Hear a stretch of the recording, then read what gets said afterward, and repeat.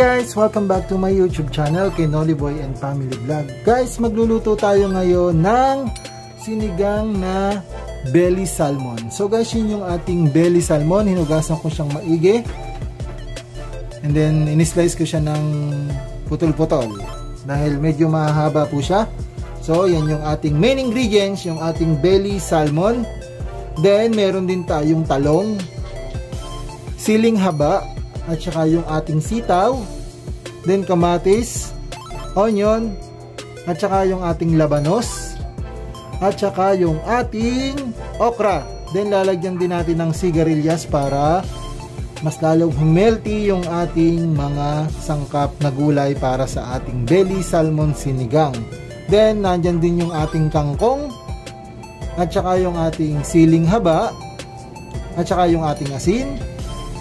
Siyempre, hindi mawawala yung ating pangsigang, yung Knorr sinigang sa Sampalok Mix Original. Then, lalagyan din natin guys ng luya kasi pangtanggal lansa para sa ating belly salmon. So guys, dahil kumpleto na yung ating ingredients, simulan na nating magluto at halika kayo at samahan nyo ako magluto sa aking munting kusina. So guys, yan na, naglagay na po tayo ng water dito sa ating lutuan. Then pakukuluin natin yan maya-maya na konti at ilalagay na po natin yung ating sibuyas. So meron tayong isang sibuyas. Then isasama na natin yung ating kamatis para medyo madurog siya doon sa ating pinapakulong sabaw. Then yung ating pampatanggal lansa, yung ating luya, isasama na rin natin.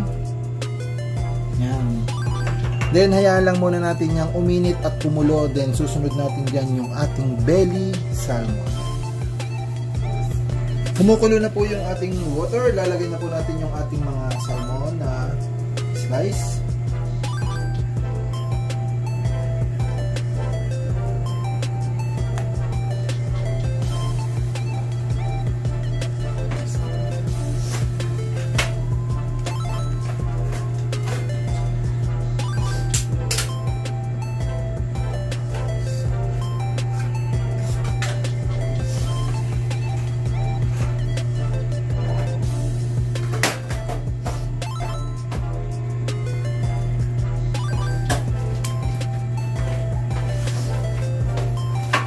I-mix lang natin.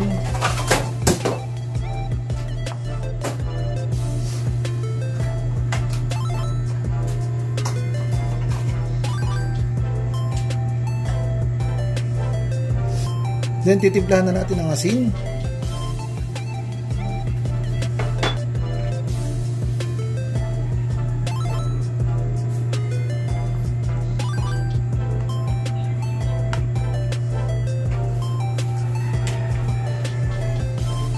Lalagay na rin natin yung ating radish, yung ating labanos.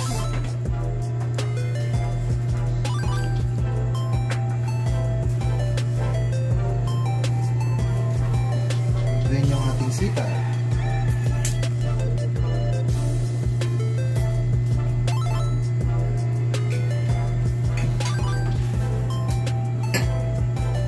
Siyempre yung ating okra, sasabay na rin natin.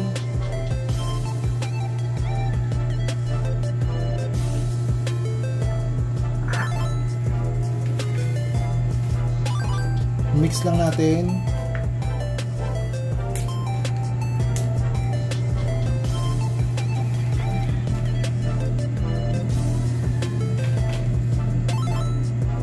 Then lalagay na natin yung ating pangpaasim.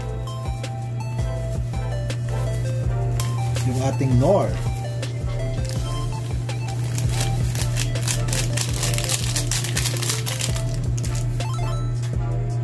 Mix lang ulit natin.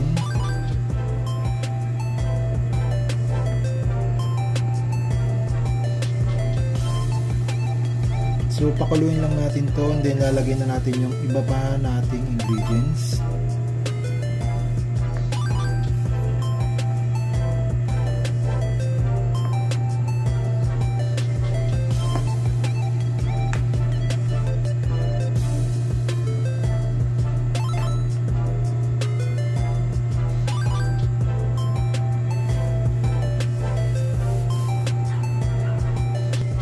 Then lalagay na natin yung ating sigarilyas.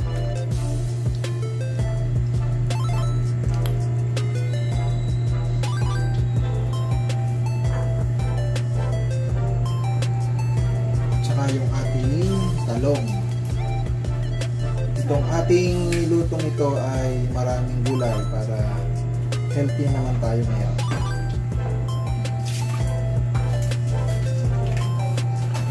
So yan, mix lang natin.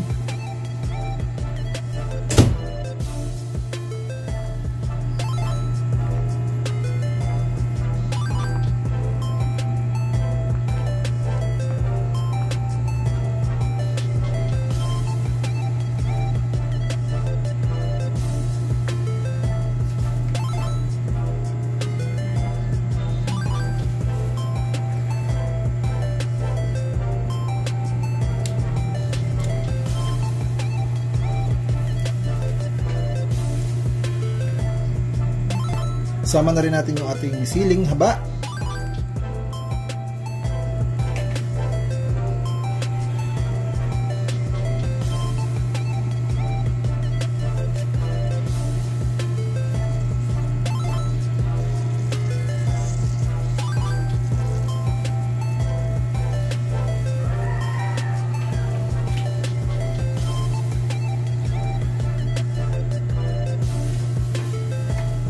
Then takpan lang natin.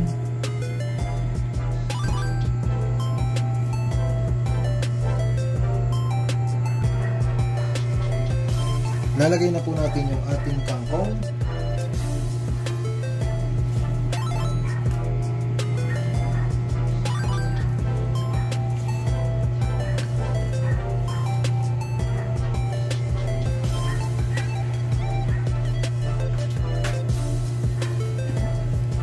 Dahil malapit na maluto yung ating sinigang na belly salmon.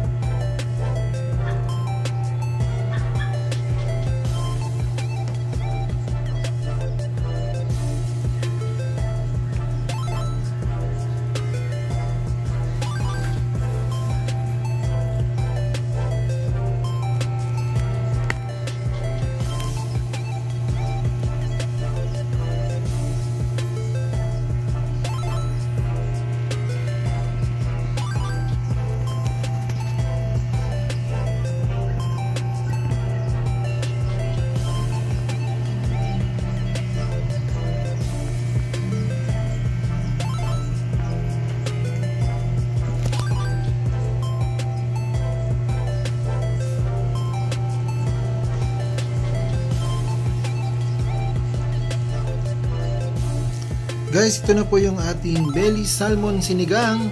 Okay na po siya. Then luto na po yung ating sinigang na belly salmon. Guys, sana po nagustuhan niyo yung aking video, at sa mga hindi pa po nakakapag-subscribe, subscribe na po kayo. So yan na po yung ating recipe for today, ang sinigang na belly salmon. So ito na po guys. Salamat po. Sana po nag-enjoy kayo. Sana po ay inyong nagustuhan yung aking video. Thank you. Bye-bye.